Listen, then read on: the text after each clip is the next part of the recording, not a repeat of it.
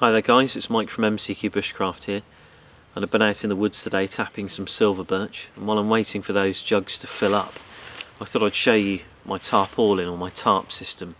Basically my cover that I use out in the woods if it not be a natural shelter, so I'm going out for the night, I'm taking a tarpaulin with me. And this is basically an 8 litre dry bag, and inside is a pre-strung tarp, a DD 3x3 coyote brown tarp in polyurethane. And I think we've all been in a position where we've been at home and we're packing before a trip, and you can generally fold things away quite neatly. When you're at home, you're in a comfortable environment, you can sit down, you can get things kind of sussed out and fold things away.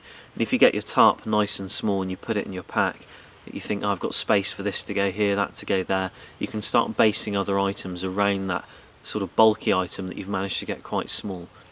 And when you get out in the woods and you unpack it, and you start using it, or if it rains and you can't get it packed away as small as you could at home, your whole system can start to feel a bit disorganised and things start getting strapped to the outer of backpacks.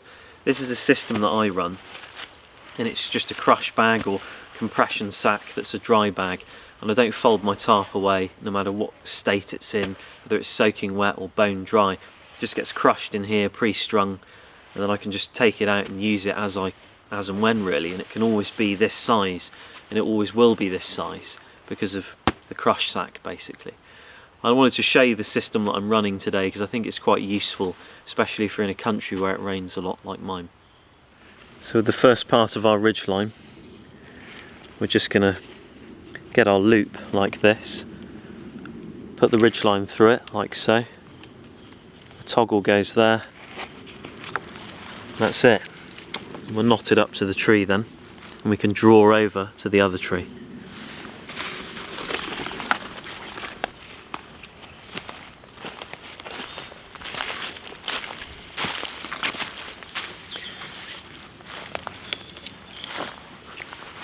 So we'll just get that nice and tight by bringing it back over the ridgeline, and then just a simple quick release knot and keep it close to the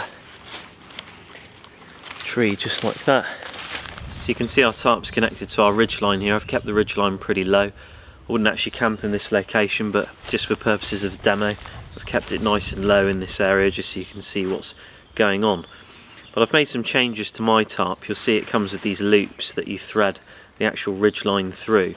I've stitched mine up to basically make the loop very, very small, and that way it keeps the tarp very taut and it stops it sagging so much in the centre, because often what can happen is you'll find it'll be very tight on the edges but saggy along the top, and this will just kind of eliminate that problem for you. But if we just pull the dry bag off,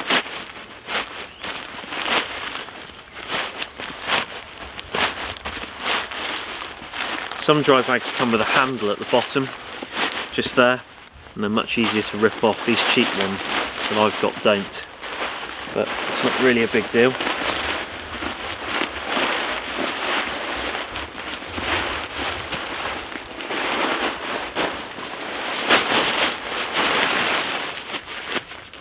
So the dry bag's just there. We'll just put this on the ridgeline for the time being. You can see there, you can just draw the tarp out a bit like this, and 3 of the connectors are actually permanently connected to the ridgeline, but the ones on the end, they're not, and they're slightly different because they're actually connected to the tarp in a different way. And I've put some bungee cord just there and knotted it, and that gives the tarp a bit of flexibility when it's kind of blowing around as well, stops it tearing, but allows you to connect the tarp up and tighten it in a slightly different way, which I'll show you now.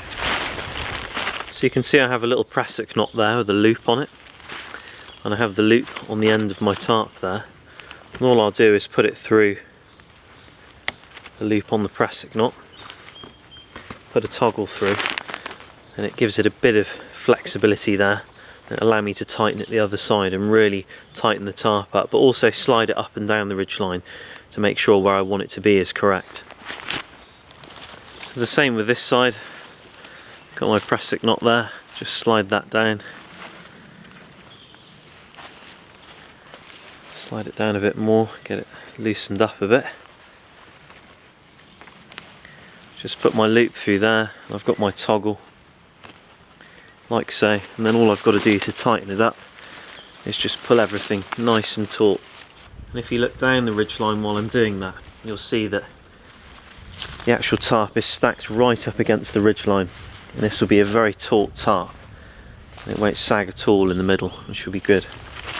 The actual corners of the tarp are pre-connected to 550 cord as well, so I can just unhank those and draw them out through all this painful holly to a tree, for example. And you can see that by stacking up the tarp right against the ridgeline, making those loops smaller, it just makes it a much better tarpaulin. The shape is far better for runoff and just keeps it nice and taut.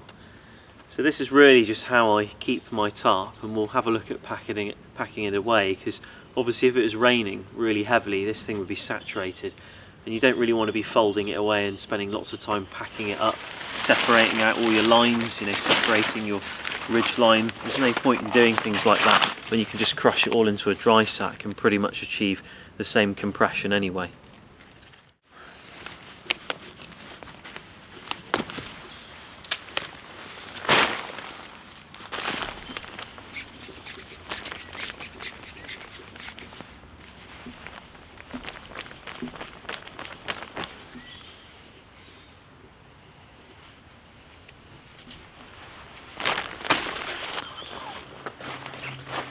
So we've got all our pegs out, we've panked up the corners.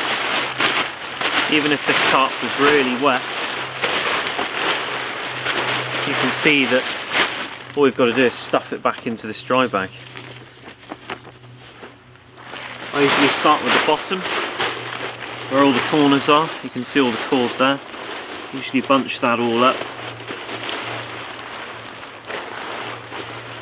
Start feeding it in.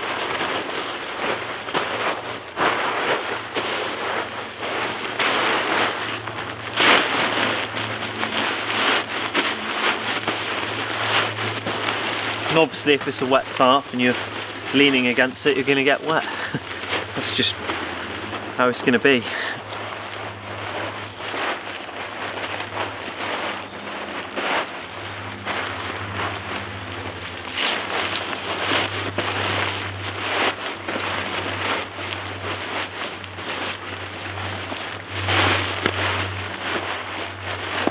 You can always get a bigger dry sack if you want less of a job packing this thing in. So obviously if you have a really small dry sack, you're just giving yourself a bit more of a job packing it in. But I'll leave it like that for the time being. Obviously take one of the cords off that tree there, on parts of the ridgeline, just unknot it. And it'll just allow me to bring this to ground and then start packing it in on the ground.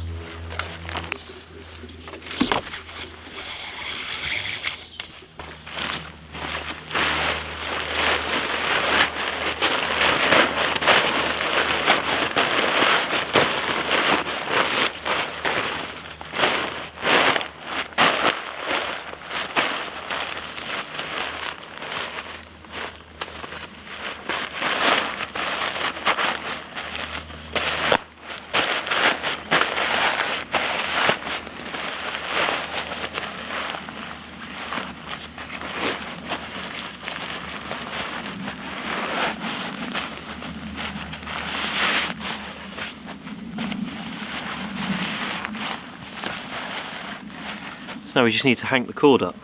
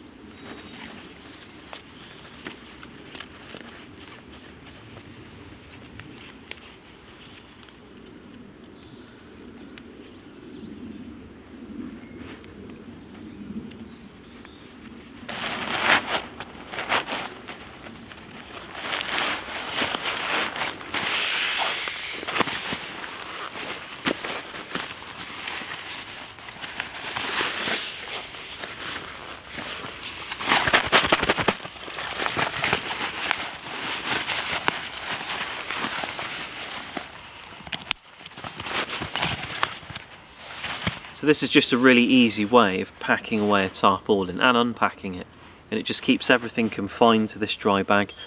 So whatever the weather, it's not going to interfere with any of your other kit. It'll always conform to a certain size, so you can pack around it and manage it properly as something that's a set size instead of it changing size all the time. And because when things get wet, they're very hard to pack away and they don't compress quite as well as they did when you're at home. So putting it back in your pack in this dry bag, at least you know it's going to fit and you don't have a hell of a job putting it away. It's trying to fold it away neatly on a forest floor, collecting leaves and dirt while you're doing it. So I hope this video's helped out, and I appreciate you guys watching. And if you're interested in any of the kit that I use or I've shown in this video, have a look at the links below on the Amazon stores, and you'll see kit grouped together there for you to have a look at and ponder over. And obviously there's relevant social media links as well in the description. So thanks again and take care, and I hope to see you in another one. Cheers guys.